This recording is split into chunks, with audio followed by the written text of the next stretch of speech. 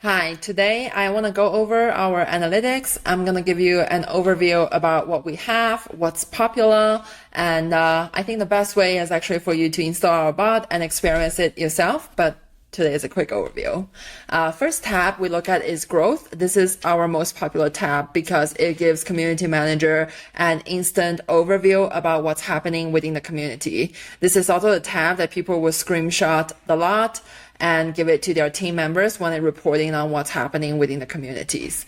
So we give you standard data like how many messages are being sent, how many people are chatting, but we also do estimations such as time spent in chat, because one of the arguments of how Discord is different from Twitter and Instagram is you're not tracking impression, you're actually tracking actual engagement, actually people chatting about you. So we look at how people chat between messages, and then we do a time estimation on how much active times they have spent within your communities.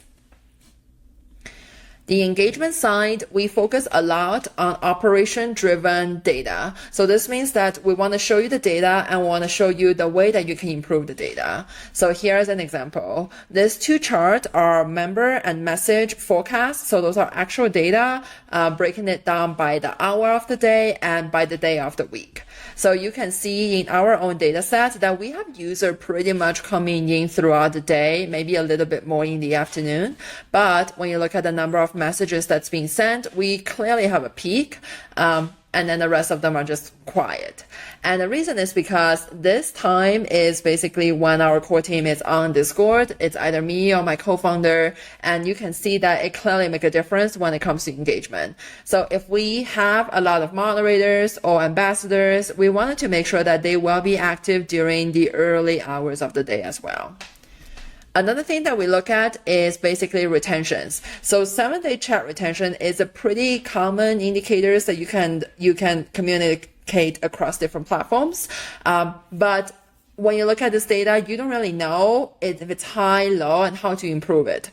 So first, we actually give you a benchmark depending on the categories that you are in. So for example, we are at about 25% weekly retention. That's on par with the average that we see.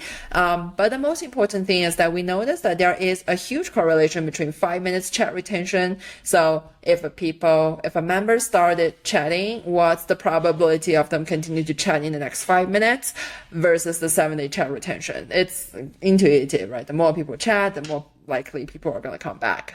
And so we give you this data of 5 minutes chat retention. And how do you improve the chat minutes, the 5 chat minute retention? That's where our tab on moderators comes in, because moderators can make a huge difference when it comes to retention. Let me show you how we measure moderator performance. So moderator, ambassadors, voluntary mods, we think about them as very similar functions within the community. And we think about their responsibility in general 2-part. First is everything about engaging with a particular user. So this means we track message sent, of course. We track words per message. That is the best indicator of the quality of their conversation.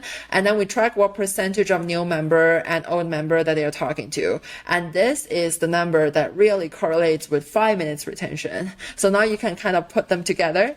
And it's not hard to ask a moderator to just pay attention to a new member, just drop by and say hi when you see a new member dropping in the communities. On the back end, we look at support related stuff. So we look at how many tickets they've responded and how many tickets they've responded in the 10 minutes. Another thing that we look at on the server setup side is basically everything around channels. So I know a lot of communities eventually have a lot of channels, and you might want to get rid of some channels, or you might want to promote more channels. So we give you data everything around channels, right? So total number of messages, how many people chatted in those channels. We give you 2 indicators that we think is super helpful for you to decide how useful the channel is. One is words per message. So when people are talking about serious things, the words per message should be really, really high, such as like usually around 15 words per message. You can see here on our changelog, it's about 152 words per message, which kind of makes sense, right? Because it's our changelog.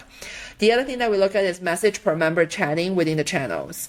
So this number, you want to see it to be really high. So for example, here, You can see here our message per member for food is about 12, which is actually quite high. That is something that our community is very interested in. So you can look at those decisions, look at those data, and decide on which channels that you want to get rid of. But also very importantly, which channels they're bonding so much that it makes sense to actually promote some members to be ambassadors to continue to maintain the relationship that you have with users within a particular topic. That's it. That's all I'm going to show for today. There's a bunch of other stuff such as verifications, such as tracking the overall quality with your community. And we also track how your community is integrated with Twitter. But I'm going to show you next time.